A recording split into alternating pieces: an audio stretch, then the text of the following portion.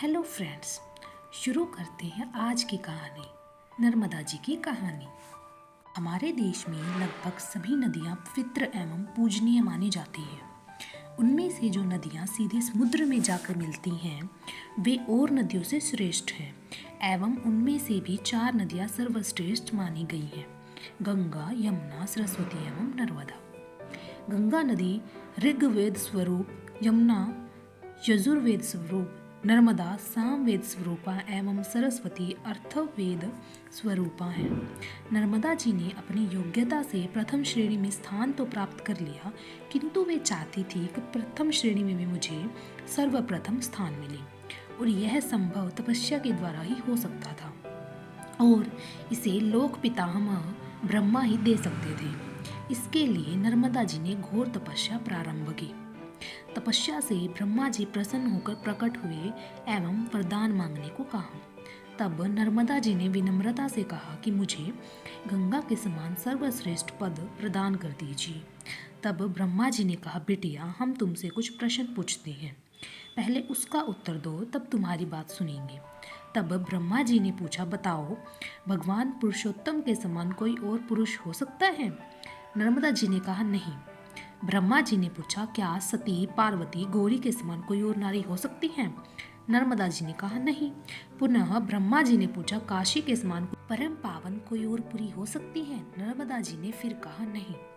तब ब्रह्मा जी ने कहा, तब बिटिया, तुम कैसे कह सकती हो कि मैं गंगा के समान सर्वश्रेष्ठ बन जाऊं? यह सुनकर नर्मदा जी चुप हो गई एवं मन ही मन सोचा, भूल हो गई। मैं तो अनुपयुक्त परीक्षक के पास पहुंच गई, जिन्हें मोह, ममता व अपनापन नहीं है। अब ऐसे परीक्षक की शरण में जाऊं जिसके हृदय में अपनापन हो। यह सोचकर वे अपने पिता शिवजी की शरण में काशी गई और घोर तपस्या की। अपने नाम के नर्मदेश्वर की स्थापना कर उनकी आराधना करने लगी। इनकी सेवा से संतुष्ट होकर शंकर जी उनके सम्मुख प्रकट हो गए और वर मांगने को कहा। अब की बार नर्मदा जी संभल गई और अपने स्वार्थ की बात न कहकर बोली, प्रभु, आपके चरण बिंदों में मेरी अहेतु की भक्ति बनी रही, यही वरदान आप मुझे दें। आशुतोष भगवान शंकर बड़े प्रसन्न हुए एवं सोचा, यह तो अपनी पुत्री ठहरी, कुछ मांग नहीं रही है, केवल मेरे चरणों की भक्ति मांग रही है। शिव जी बोले, वह तो तुम्हें प्राप्त होगी ही, किंतु मैं तुम्हें अपनी ओर से कुछ वरदान देना चाहता हूँ। तब शिव जी बोले, अच्छा सुन, भक्ति के अतिरिक्त पहला वरदान यह मैं देता हूँ कि तेरे दोनों किनारे के जितने भी पाषाण होंगे वे सब मेरे स्वरूप ही शिवलिंग समझे जाएंगे। दूसरा वर यह देता हूँ कि गंगा, यमुना, सरस्वती और तू चारों सर्वश्रेष्ठ हैं, तू इन चारों में सर्वश्रेष्ठ समझी जाएगी। नर्मदा जी ने बात पक्की करने के लिए पूछा, सो कैसे जाना जाएगा भगवान?